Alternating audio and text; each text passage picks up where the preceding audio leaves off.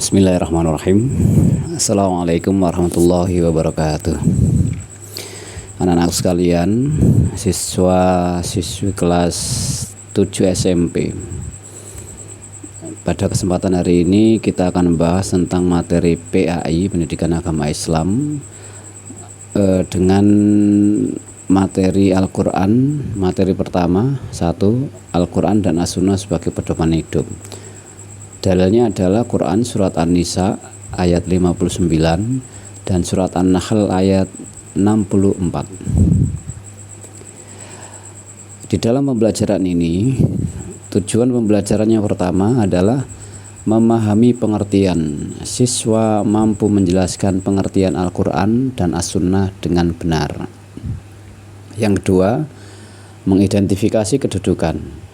Siswa mampu mengidentifikasi kedudukan dan fungsi Al-Quran dan As-Sunnah sebagai pedoman hidup. Yang ketiga, menjelaskan kandungan. Siswa mampu menjelaskan isi kandungan Quran surat An-Nisa ayat 59 dan surat An-Nahl ayat 64 secara sederhana. Pengertian Al-Quran dan As-Sunnah. Al-Quran adalah firman Allah yang diturunkan kepada Nabi Muhammad SAW melalui malaikat Jibril sebagai pedoman hidup umat Islam. Dan juga As-Sunnah adalah segala ucapan, perbuatan, dan kedudukan Nabi Muhammad SAW menjadi sumber hukum kedua setelah Al-Quran. Nah, ini. Kemudian kedudukan dan fungsi Al-Quran dan As-Sunnah. Yang pertama, Al-Quran sebagai hudan atau sebagai petunjuk. Al-Quran adalah sebagai hudan atau sebagai petunjuk, rahmat, dan juga mubayyin atau penjelas bagi kehidupan manusia. Kemudian yang kedua, As-Sunnah sebagai penjelas. Sunnah berfungsi sebagai penjelas, penguat, dan pelengkap Al-Quran dalam kehidupan sehari-hari, yang mungkin secara eksplisit di dalam Al-Quran tidak menjelaskan secara rinci. Lantas kemudian dengan adanya As-Sunnah ini kemudian dijelaskan secara terstruktur. Contoh diantaranya adalah berkaitan dengan sholat. Di dalam Al-Quran, maka Al-Quran menyampaikan wa aqimus sholata wa atuz zakah, hanya global gitu aja. Lantas kemudian dengan As-Sunnah ini kemudian menjelaskan bagaimana kemudian urutan daripada sholat, yang sholat itu ada syaratnya dengan adanya wudhu, kemudian setelah itu ada rukunnya dari niat, kemudian takbiratul ihram, sampai diakhiri dengan salam.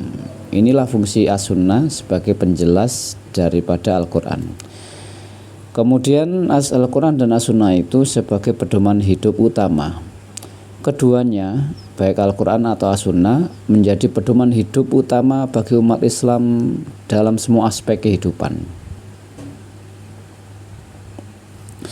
Surat An-Nisa ayat 59 yang berbunyi a'udzubillahi minasyaitonirrajim, bismillahirrahmanirrahim, ya ayyuhallazina amanu ati'ullaha wa ati'ur rasula wa ulil amri minkum fa in tanaza'tum fi syai'in farudduhu ilallahi war rasul farudduhu ilallahi war rasul in kuntum tu'minuna billahi wal yaumil akhir dzalika khairu ahsanu ta'wila.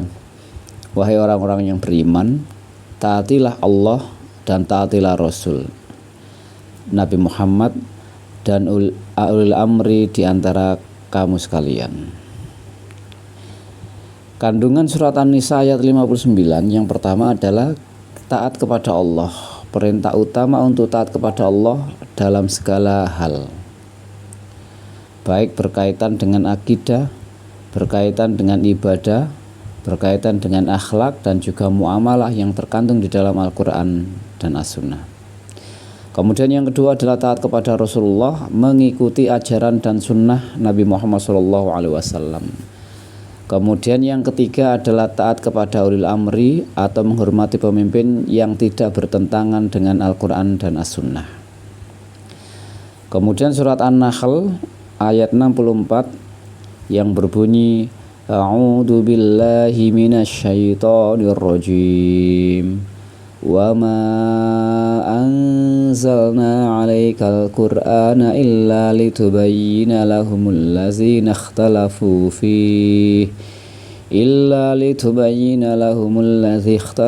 fihi wa hudaw wa rahmatan liqaumin yu'minun, yang artinya, dan kami tidak menurunkan kitab Al-Quran kepadamu wahai Muhammad melainkan agar kamu dapat menjelaskan kepada mereka yang mereka perselisihkan, apa yang mereka perselisihkan, dan menjadi petunjuk serta rahmat bagi orang-orang yang beriman. Adapun kandungan surat An-Nahl ayat 64 yang pertama adalah sebagai petunjuk, Al-Quran sebagai petunjuk hidup yang benar bagi umat manusia. Kemudian yang kedua adalah sebagai rahmat. Al-Quran menjadi sumber rahmat dan keberkahan bagi orang beriman. Kemudian yang ketiga, Al-Quran sebagai penjelas, menyelesaikan perselisihan dan memberikan penjelasan yang jelas. Fungsi Al-Quran dalam kehidupan, maka yang adalah sebagai sumber kedamaian. Al-Quran menjadi sumber kedamaian dan ketenangan hati bagi umat Islam, memberikan solusi atas masalah hidup. Yang ketiga, menenangkan jiwa yang gelisah. Yang keempat, membimbing ke jalan yang benar. Itulah daripada fungsi Al-Quran dalam kehidupan.